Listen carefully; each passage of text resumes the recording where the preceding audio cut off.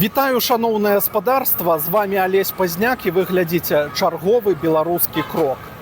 На гэты раз я вам распавяду пра статую свабоды, пра невядомыя альбо малавядомыя факты, пра самы, бадай што, знакаміты сімвал не толькі Нью-Йорка, але і Злучаных Штатаў Амерыкі.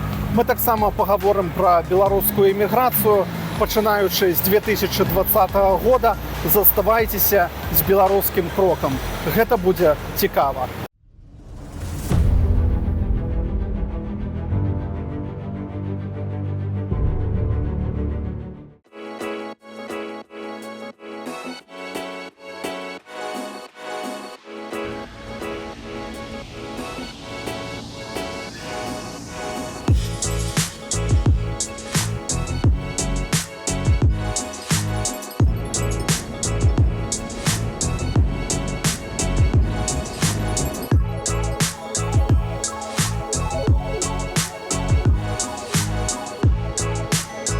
І пачынаецца маё падарожжа з нью-йоркскага метро.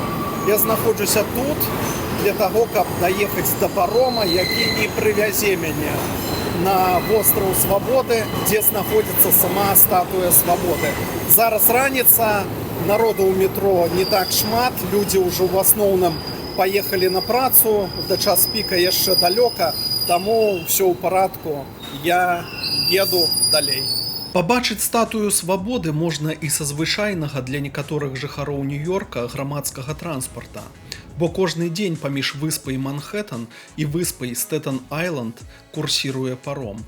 Ён абсалютна бясплатны, ходзіць праз кожныя паўгадзіны і з'яўляецца вельмі зручным для тых, хто не мае аўтамабіля і штодзённа карыстаецца грамадскім транспартам. Аднак ён не падплывае да леді Ліберці, а праплывае побач. Шмат хто з тых, хто не хоча плаціць грошы за наведванне цікавосткі, абмяжоўваецца паромам. Патрапіць на яго можна, выйшаўшы з метро да станцыі Стэттэн-Айленд Ферры, што знаходзіцца побач з Бэттэры-паркам на поўдні Манхэттана.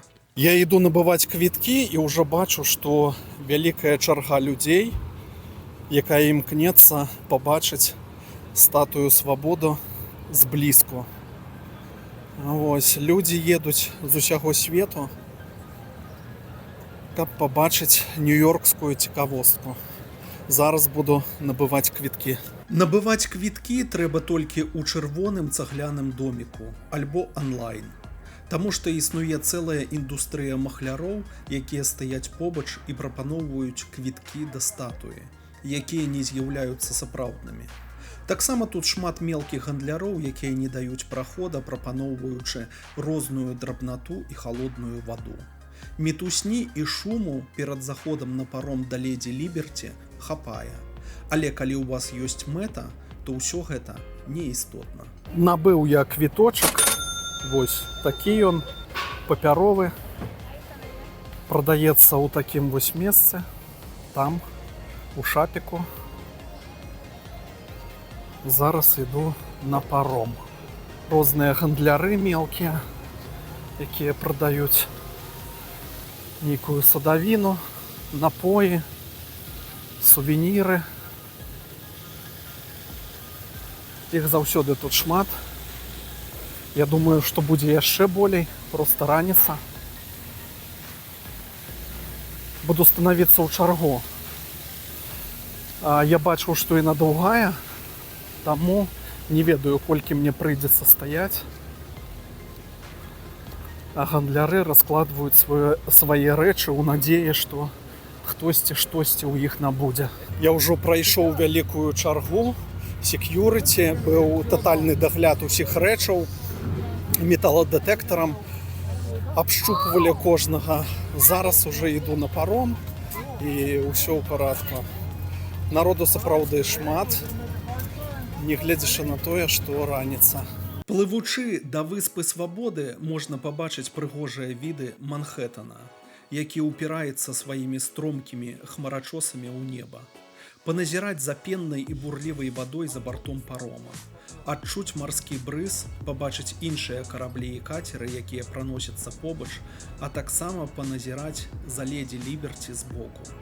Людзі ў такія моманты звычайна не хочуць сядзець на месцах унутры парома, а высыпаюць на палубу і, перабіваючы адзін аднаго, робяць сэлфі і здымкі.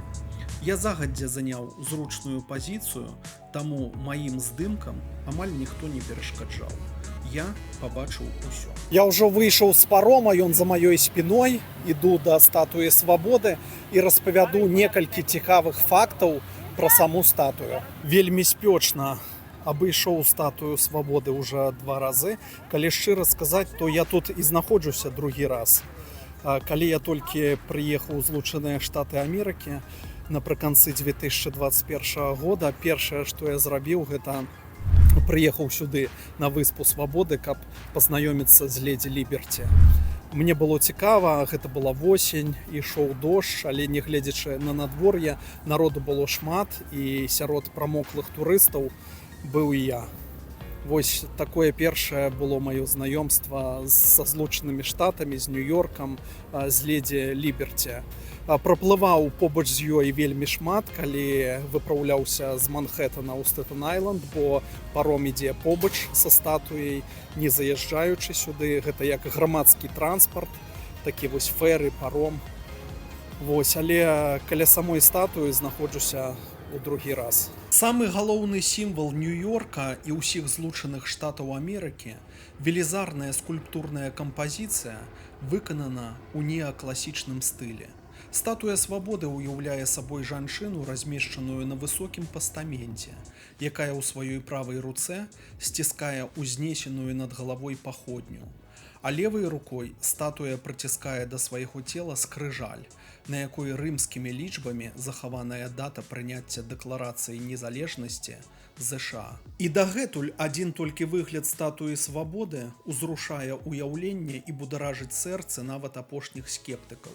Ідэя стварэння манумента ўзнікла падчас святочнай вячэры ў 1865 годзе ў Францыі, калі французскі палітычны дзеяч Эдуар де Лабуле, вядомы цяпер як бацька статуі свабоды, прапанаваў стварыць манумент, каб адзначыць сяброўства паміж Францыяй і Амерыкай. На той жа званай вячэры прысутнічаў малады французскі скульптар Агюст Бартольдзе. Ён падтрымаў прапанову Лабуле, бо ў скульптара і раней былі ідэі стварэння велічнай статуі, падобнай калосу Радоскаму, для абазначэння ўваходу ў Суэцкі канал. Скульптар Бартольдзе назваў сваё тварэнне «Свабода, якая азарае свет». Спачатку яе планавалася прадаць у Егіпет. Статуя павінна была звацца «Егіпет, які нясе святло ў Азію». Але тагачасны кіраўнік Егіпта падлічыў, што бюджэт не пацягне такі маштабны праект. Таму статуя з цягам часу прызямлілася ў Амерыцы. Ледзі Ліберці, альбо статуя свабоды, была тым першым аб'ектам, які шматтысячныя мігранты бачылі, калі прыбывалі ў Злучаныя Штаты Амерыкі напрыканцы 19 стагоддзя. Захаваліся пісьмы, дзе яны пішуць з надзеяй сабе на радзіму аб тым, што іх сустракае статуя свабоды, а значыць, усё будзе добра. І па сённяшні дзень ледзі Ліберці дарыць надзею, свабоду і думкі аб светлым тым людзям, якія прыязджаюць сюды. І па сённяшні дзень яна таксама з'яўляецца сімвалам барацьбы за свабоду, незалежнасць, дэмакратыю і правы чалавека па ўсяму свету. Мо таму такі прывабны вобраз ледзі Ліберці. Статуя свабоды стваралася ў Парыжы цягам 9 год. У 1885 годзе скончаная статуя была адпраўленая з Парыжа на караблі чакаць усталёўкі ў Злучаных Штатах. Манумент з'яўляецца падарункам з боку Францыі, якая мела намер паднесці яго ўдар на 100гадовую гадавіну падпісання дэкларацыі незалежнасці ЗША. Але ў сувязі з палітычнай нестабільнасцю ў той час у Пятай Рэспубліцы і як следства перабоямі з фінансаваннем манумента, французы спазніліся са сваім падарункам на цэлых 10 гадоў. Калі статуя свабоды прыбыла ў порт Нью-Йорка, то заняла сваё цяперашняе месца на невялікай аднайменнай выспе ў заліве ракі Гудзон, у 3 кіламетрах ад узбярэжжа Манхэттана на мяжы 2 штатаў ЗША – Нью-Йорка і Нью-Джерсі. Леді Ліберці выканана з медных лістоў таўшчынёю крыху больш за 3 мм, якія ўручную былі адчаканеныя скульптарам і замацаваны на ўнутраным сталёвым каркасе. Статуя мае двух аўтараў. Французскі скульптар Аюст Бартольдзе стварыў усё тое, што мы бачым, гледзячы на статую звонку. А другі чалавек, які мае прамое дачыненне да стварэння статуі, гэта інжынер Гюстаў Эйфель. Так, менавіта той, хто стварыў іншую знакамітую славутасць Эйфелеву вежу. Менавіта Эйфель вырабіў для статуі свабоды сталёвы каркас, на які Бартольдзе і замацаваў свае медныя лісты. Статуя свабоды разам з амерыканскім сцягам за маёй спіной. І першы такі цікавы факт, афіцыйная назва статуі не статуя свабоды, а свабода, якая азарае святло. А статуя свабоды гэта яе нікнейм. Яшчэ адзін цікавы факт. Калі статую свабоды стварылі, то яна мела чырванавата-карычневы колер. Цяпер яна вядомая па ўсім свеце у сваіх блакітна-зялёных колерах. Чаму так сталася? Таму што яна зроблена з медзі. Медзь, як вядома, акісляецца. Вакол статуі свабоды, вакол выспы свабоды акіян, таму статуя з цягам часу набыла такі колер, які яна мае яго цяпер. А зараз крышку лічбаў. Статуя свабоды была ўсталяваная ў 1886 годзе, і яе вышыня складае 93 метра. Гэта ад зямлі да кончыка паходні. Калісьці гэта быў самы велічэзны будынак, зроблены з жалеза ў свеце. Цяпер гэта не так. А што яшчэ цікавага? Тое, што леді свабоды мае памер абутку 879. Гэта даволі вялікі, калі я нашу 41. Вось. І абхоп яе таліі 11 метраў. Немаленькая жанчына. Спраектаваў статую свабоды французскі інжынер Аюст Бартольдзе. І па легендзе кажуць, што твар статуі свабоды гэтай ледзі гэта твар ягонай маці. Мадэллю была маці Аюста Бартольдзе Шарлота. Твар у статуі свабоды крышку такі суворы, сур'ёзны. Але я думаю, што калі быў бы конкурс найлепшы сын стагоддзя, то Аюст Бартольдзе верагодна заняў бы першае месца ў гэтым рэйтынгу. Статуя свабоды таксама з'яўляецца трансатлантычным падарункам ад Францыі Злучаным Штатам Амерыкі. І яна стала сапраўдным сімвалам свабоды, дэмакратыі, незалежнасці, барацьбы за свае правы. Яшчэ адна цікавостка гэта тое, што паміж 1886 і 1906 гадамі статуя свабоды выконвала ролю маяка. Так, менавіта з паходні, якую леді свабода трымае высока над сваёй галавой, выходзіў агонь. Але ён быў неэфектыўным, караблі не маглі арыентавацца у прасторы, таму на пачатку 20-го стагоддзя было вырашана спыніць гэты праект. Статуя свабоды застаецца толькі прыгожай статуяй свабоды. Таксама, акрамя паходні, статуя свабоды трымае скрыжалі, і на іх лацінскімі літарамі і лічбамі напісана 4 ліпеня 1776 года. Гэта дата прыняцця незалежнасці Злучанымі Штатамі Амерыкі. Некаторыя кажуць, што калі прыпадняць падол спадніцы леді Ліберці, то можна ўбачыць, як нагамі яна абапіраецца на зламаныя кайданы і ланцугі, як сімвал вызвалення ад прыгнёту і тыраніі. Яшчэ адзін цікавы факт. Яшчэ адна цікавостачка. У год у статую свабоды трапляе да 600 удараў маланкі. Таксама, калі дзьме моцны вецер, то яна можа разгойдвацца і даволі моцна. І гэта з'яўляецца праблемай для нью-йоркскіх уладаў. Як утрымаць статую свабоды на сваім пастаменце. Таксама цікавым фактам з'яўляецца тое, што леді Ліберці наведвае больш за 4 мільёны чалавек на год. Людзі едуць з усяго свету і, у прынцыпе, у любое надвор'е і зімой і летам, у дождж, у снег, у спёку людзі імкнуцца, каб пабачыць галоўны сімвал свабоды, незалежнасці і дэмакратыі ў свеце. Статуя свабоды была ўрачыста адкрыта 28 кастрычніка 1886 года прэзідэнтам ЗША Гроверам Кліўлендам. У верасні гэтага года Кангрэс ЗША адобрыў выдзяленне 56 тысячаў даляраў, а гэта была вялікая сума, на належнае правядзенне цырымоніі адкрыцця. 28 кастрычніка 1886 года у парку Мэдысон-сквер у прысутнасці 250 тысяч гледачоў адбылося ўрачыстае адкрыццё, на якім выступіў прэзідэнт ЗША. Затым урачыстасці перамясціліся і на сам востраў, дзе была збудавана трыбуна, якая ўмясціла каля 2000 чалавек. На вечар планаваўся феерверк. Аднак з-за дрэнных умоў надвор'я яго прыйшлося адкласці на цэлых 4 дні. Цікава пагуляць вакол статуі і паглядзець на скульптуры тых, хто яе ствараў. За статуяй ёсць адмысловы парк, у якім яны і размешчаны. На скульптурах прадстаўлены і сам скульптар Бартольдзі, і інжынер Эйфель, і чалавек, які дапамог са зборам сродкаў на статую Джозеф Пуліцер, а таксама Эмма Лазарус, якая прыдумала верш, што перадае саму ідэю помніка. У ім ёсць такія радкі: «А мне аддайце з глыбінь бяздонных, сваіх ізгояў, люд забіты свой. Дашліце мне адрынутых бяздомных, я ім свячу ля дзвераў залатых».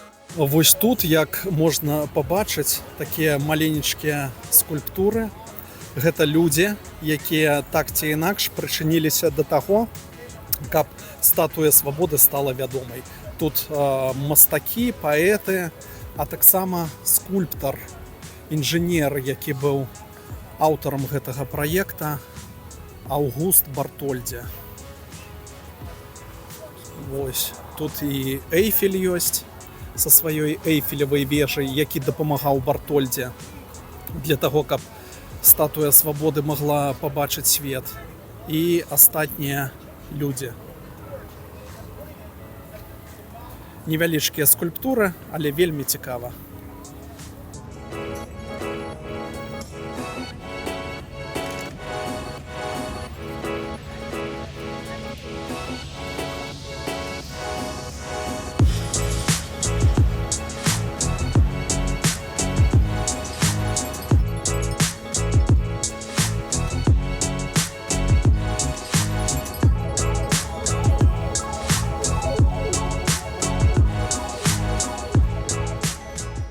У верасні 2001 года, пасля тэрарыстычнага нападу на сусветны гандлёвы цэнтр, статую і востраў зачынілі для грамадскасці. Востраў быў адкрыты толькі ў канцы 2001 года, а пастамент у 2004. Таксама закрывалася наведванне леді Ліберці на час каранавірусных абмежаванняў. І сёння няма доступу ўнутр статуі. Максімум, што дазволена турыстам, падняцца на пастамент, але гэта ўжо падвойная сума наведвання. Мне хапіла і таго, каб проста пашпацыраваць вакол гэтага сімваля і падумаць аб жыцці і зорцы свабоды. На выспе ёсць музей свабоды, дзе можна пазнаёміцца з рознай інфармацыяй, пабачыць дэталі, макеты статуі, а таксама наведаць кіназал. Тут вам пакажуць фільм пра стварэнне статуі і яе гісторыю. Таксама ў гэтым шапе можна скласці поўную карціну грандыёзнага праекта пад назвай «Статуя свабоды». Шмат хто з наведвальнікаў заходзіць сюды і проста так, каб прахладзіцца ад спёкі, але я пабачыў для сябе тут шмат цікавага і дазнаўся, якая ж яна свабода знутры. За маёй спіной структурная мадэль леді Ліберці. Мне здаецца, што гэта цікава. Вось гэтыя ўсе каркасы, пад'ёмы, з якіх яна збудаваная унутры, і раней там можна было рухацца і наведваць леді Ліберці знутры. Цяпер такой магчымасці няма, можна ўздымацца толькі на п'едэстал. Але глядзіцца гэтая зменшаная у шмат разоў копія вельмі прыцягальна, на мой погляд. Цікавы і насычаны даволі інфармацыйны шап адносна статуі свабоды. Вось тут ёсць і арыгінальныя дэталі, і шмат таких інсталяцый, відэа.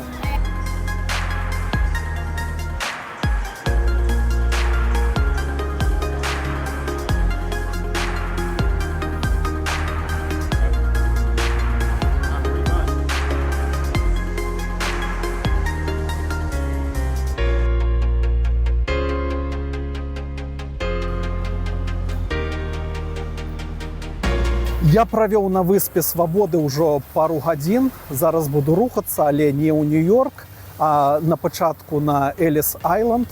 На гэтай выспе знаходіцца музей іміграцыі. Там ёсць цікавыя рэчы і прозвішчы людзей, якія імкнуліся ў Злучаныя Штаты Амерыкі напрыканцы 19-го, пачатку 20-го стагоддзя. І плылі яны сюды менавіта праз гэтую выспу. Яна была такой транзітнай зонай для тых імігрантаў. А потым яшчэ мы побачым цікавы помнік, які быў усталяваны спецыяльна для імігрантаў.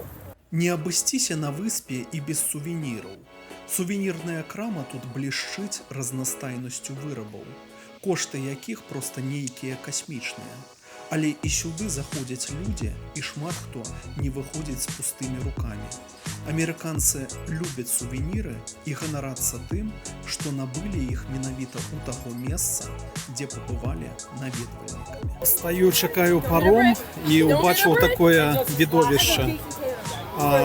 Розныя мелкія манеткі, коіны, вось, людзі іх кідаюць на гэтую балку.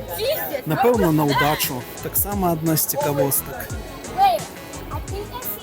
Людзі хочуць быць удачлівымі.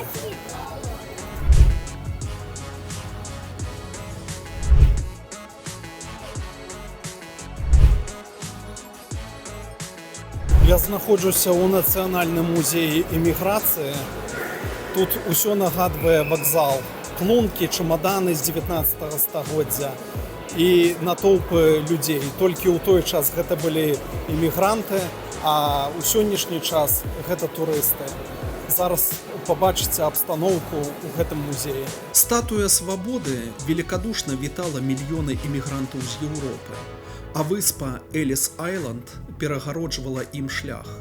Паколькі ўсе гэтыя летуценнікі, поўныя надзей, павінны былі прайсці шэраг праверак менавіта тут. На працягу ўсяго 19-го стагоддзя Эліс-Айленд выкарыстоўваўся як вайсковы арсенал, а з 1892 па 1954 гады ён быў прыёмным цэнтрам, праз які прайшлі больш за 12 мільёнаў імігрантаў. Пасля працэсу адбору, які заключаўся спачатку ў фізічным абследаванні, а затым у юрыдычнай праверцы, яны маглі нарэшце пацалаваць зямлю Манхэттана. Пры фізічным аглядзе лекары ставілі крэйдай на спіне чалавека знак, чый фізічны стан пакідаў жадаць лепшага. Гэта быў адмысловы код, у адпаведнасці з якім імігрант падлягаў далейшаму абследаванню.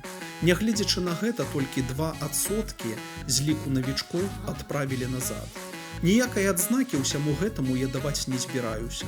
Кожная краіна сама вырашае, хто ёй патрэбен, а хто не. У тых, хто плыў на караблі ў 3-м класе, правяралі стан здароўя.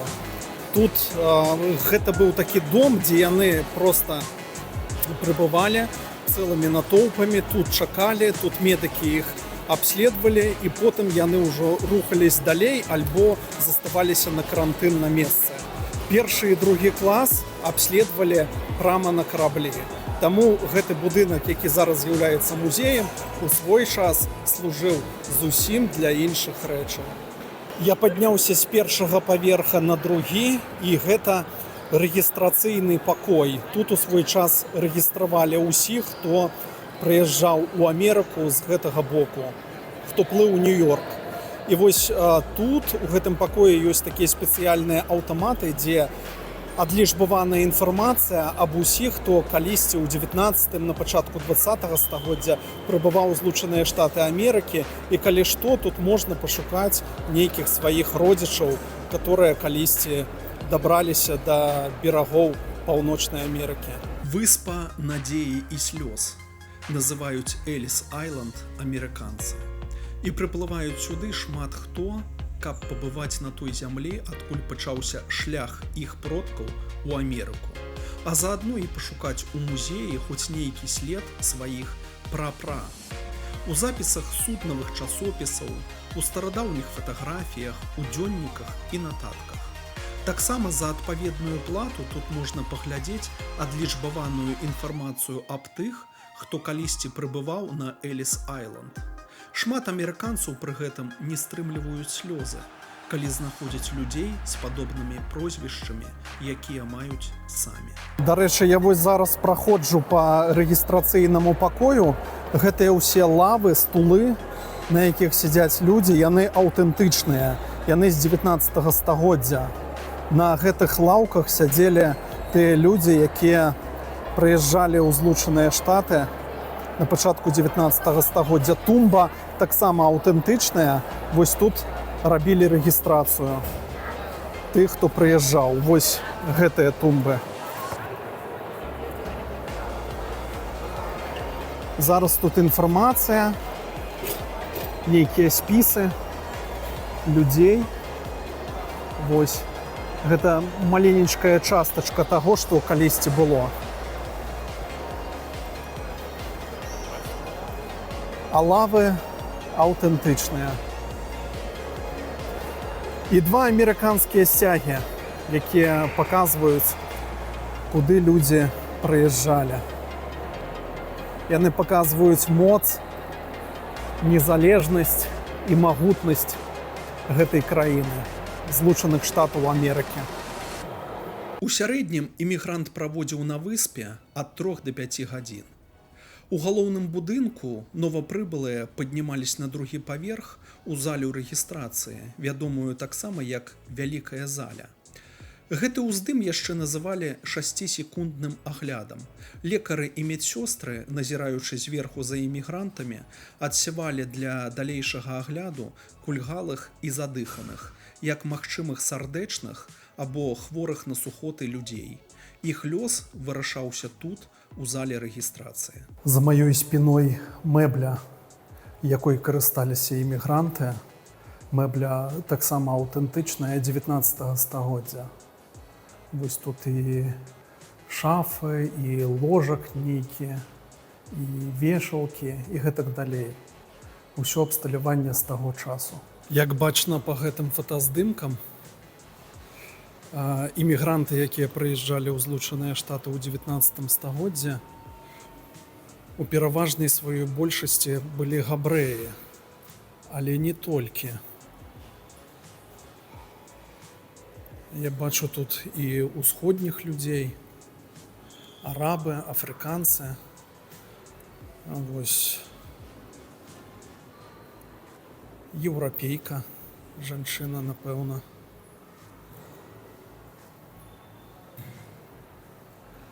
Габрэй, хлопчык. І гэтак далей. Карацей, тут ёсць што паглядзець і ёсць аб чым задумацца нам, сучасным імігрантам 21 стагоддзя. Вось гэта калоны, на якіх імігранты запісвалі свае імёны.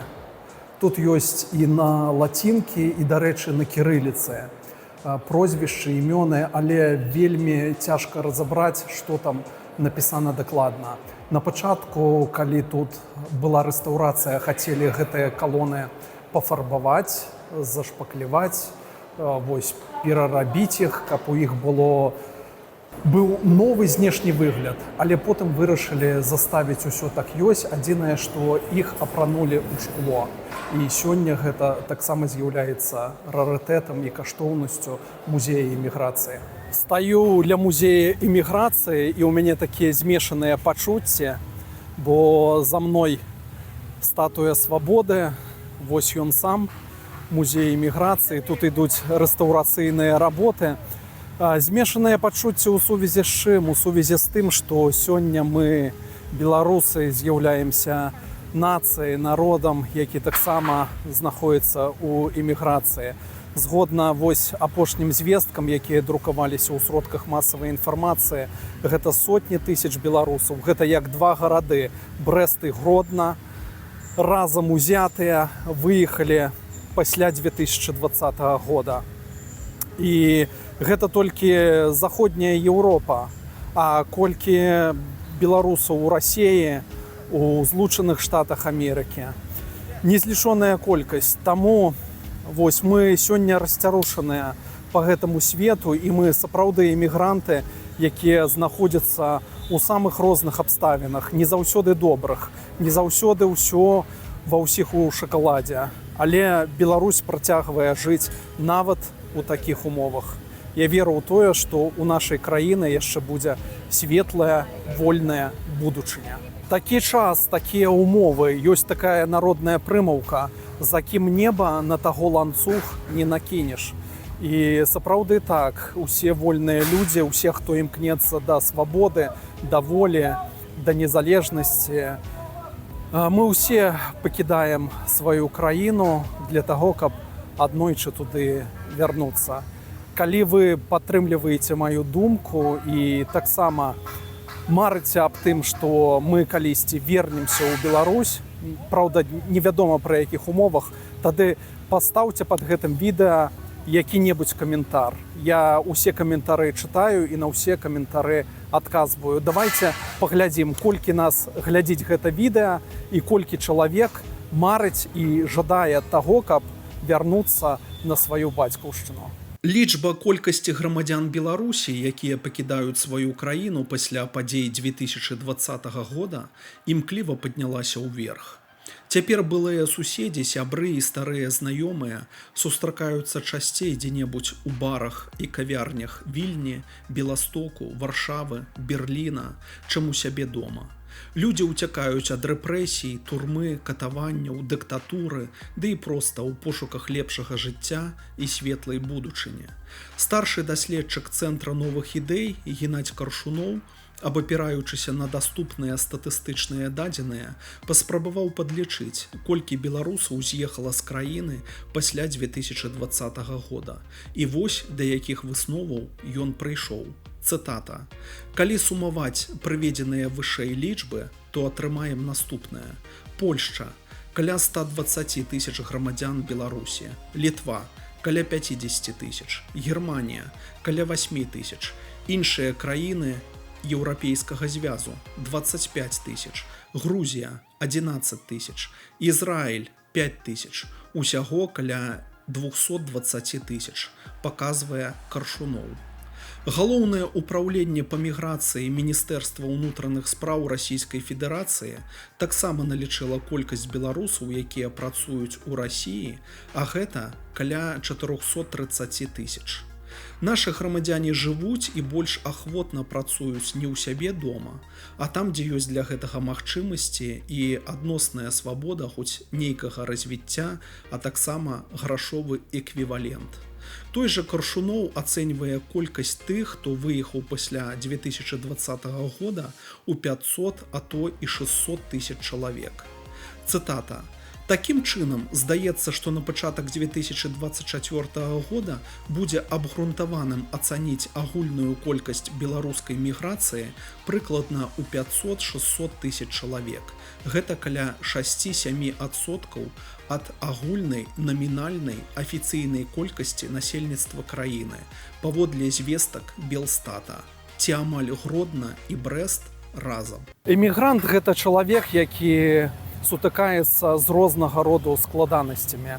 Мова, неуладкаванасць, новая краіна для жыцця, новы асяродак вакол, разрыў сацыяльных сувязей, якія існавалі дагэтуль.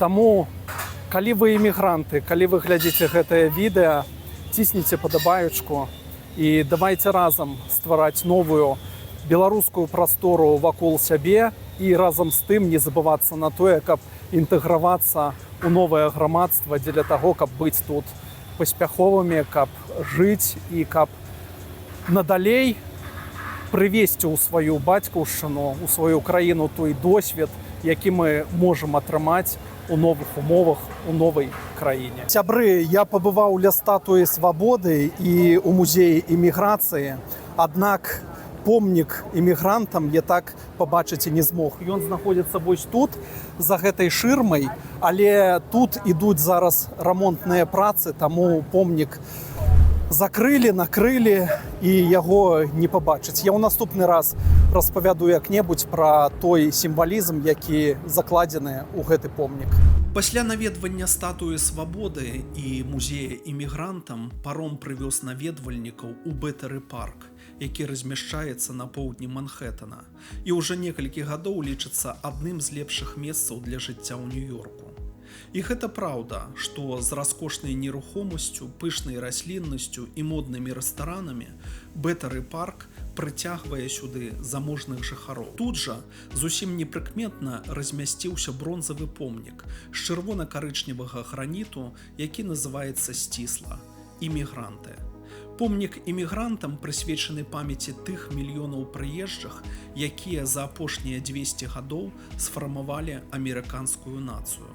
Паставы персанажаў помніка выказваюць тую напругу, у якой працякала іх жыццё на новай радзіме. Аўтар помніка пастараўся прадставіць этнічную разнастайнасць новых пасяленцаў.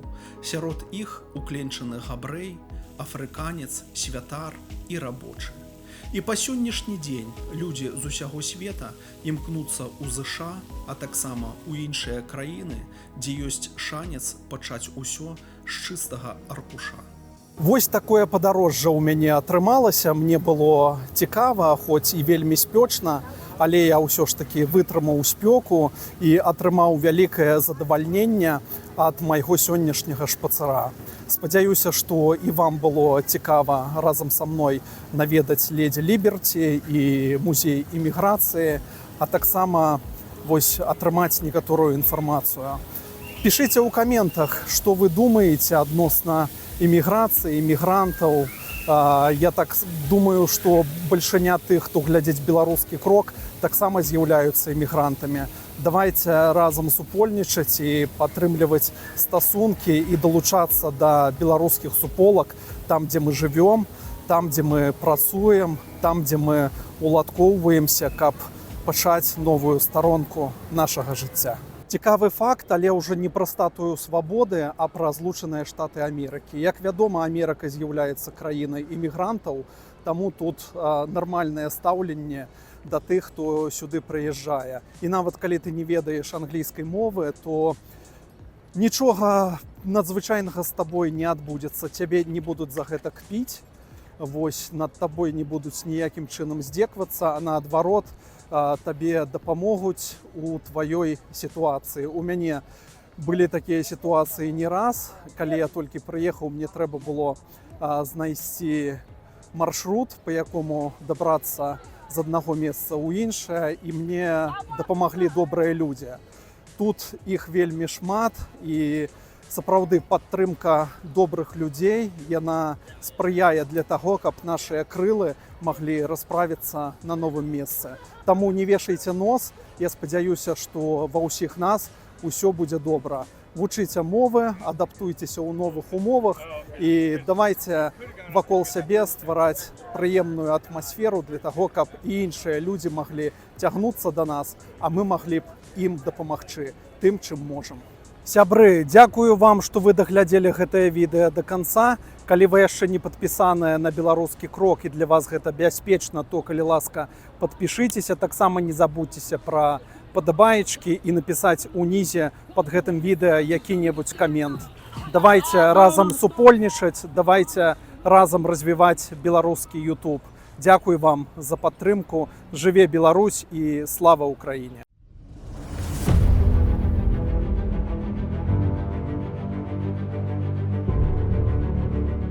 Еду да хаты і памятайма беларускую народную прымаўку. За кім неба, на таго ланцуг не накінеш.